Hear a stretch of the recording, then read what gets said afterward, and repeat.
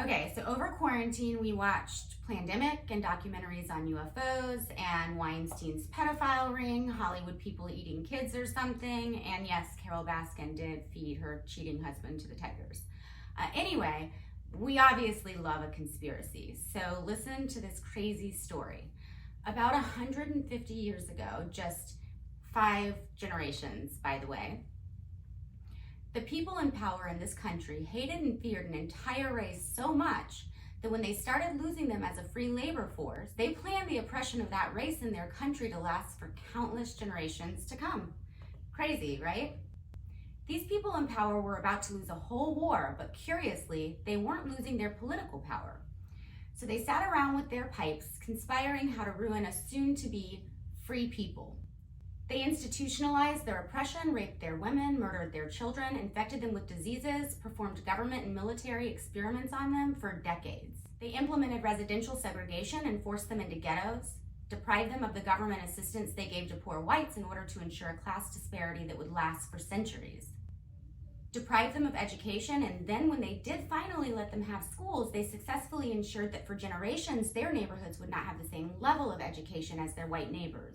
They used them for sociological and psychological experiments, had them micromanaged and policed until they were like caged animals backed into a corner, and then let them integrate with a totally different American experience than their neighbors, rife with daily trauma and fearing for the lives of their children.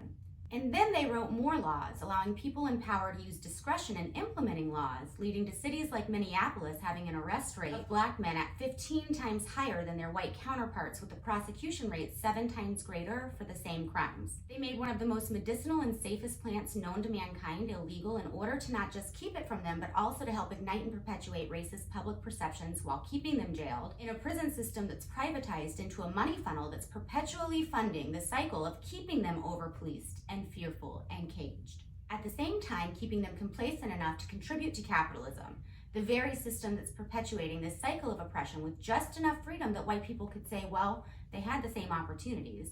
These men came together with the world's wealthiest people to ensure that generations upon generations of subliminal messaging would be woven into the very fabric of a free and integrated society to keep white people blinded to these atrocities, effectively instituting modern-day slavery. If you believe the government is putting fluoride into your water to poison you and making vaccines for population control, but deny this very real, indisputable, and longest-running conspiracy upon which our current society is built, if you blame everything on a corrupt government except for systemic racism, if you say all lives matter, if when a police officer kills a black man, you want to talk about black-on-black crime, if you say, I don't see color. Firstly, I want to say thank you for staying with me this far.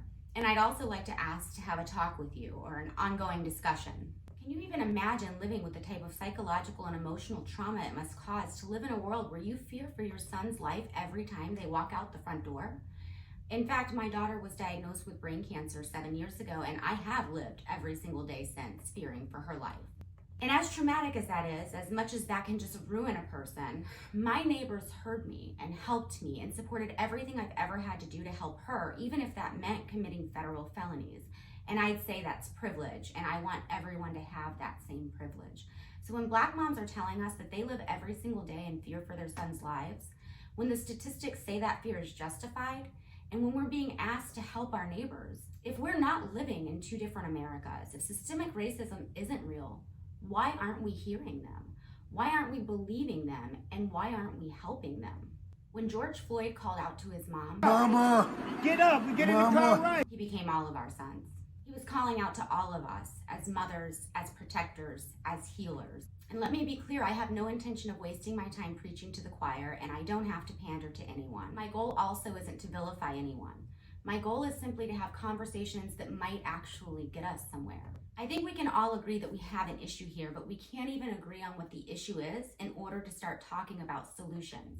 It's also hard to acknowledge an issue if acknowledging it leaves you only 2 options, either to feel guilty or to feel helpless. And most people just aren't going to engage in strenuous givebacks to causes that they don't feel directly impact them. And that's true across the board, not specifically with what we're talking about here today. So it's really important, if we want people to even acknowledge that systemic racism exists, that we also offer realistic solutions that everyone can take part in. This is a conversation that white people need to be having out loud, not just behind closed doors with like-minded people. Because if it's an uncomfortable conversation for white people, imagine what an uncomfortable life for Black people. We need to be willing to learn and grow, hear different viewpoints and opinions and potential solutions, because this is how we affect change. And change is long overdue. If you have questions that you're uncomfortable asking publicly, I can address them anonymously. If you're really trying to learn and help, I can't judge you. And if you disagree with something from my end and are willing to engage in constructive conversation, I'm here for that. I'm willing to provide factual information, to bring on thought leaders, community leaders, cops, experts, and everyday people to try my best to address your questions with as little bias or judgment as possible and to engage in productive and meaningful discussions. I'd like to maybe offer some interesting insights into the history of America, some of the details that we may not have learned in public school. I'd like to talk about what white privilege means to white people who live in poverty. I'd like to talk about cancel culture, the burning of Black Wall Street, slavery throughout history around the world, and what that means or doesn't mean for this conversation.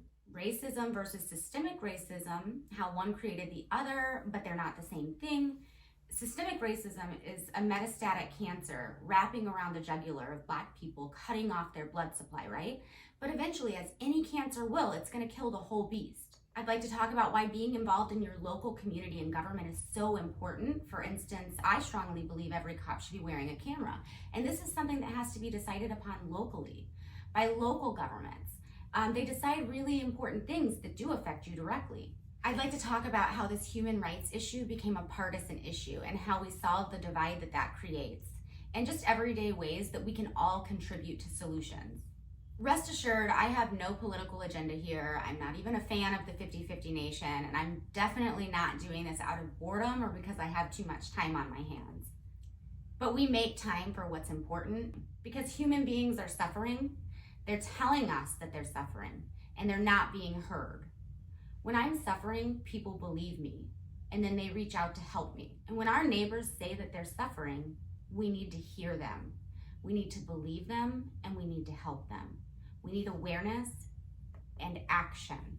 And I know it's really easy to scream our grievances to our friends and have them reassure us and rally with us, but it's just not the time for that.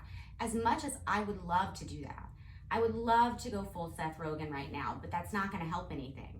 And these feelings that we're feeling right now, Black people feel them every single day.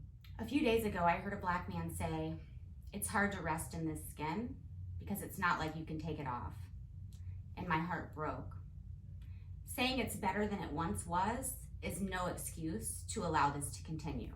When we're lobbying to get research funded for pediatric cancer, do we take a step back and say, well, less kids are dying today than they were 30 years ago? It's better than it once was, and most kids aren't even gonna be affected, so let's not worry about it.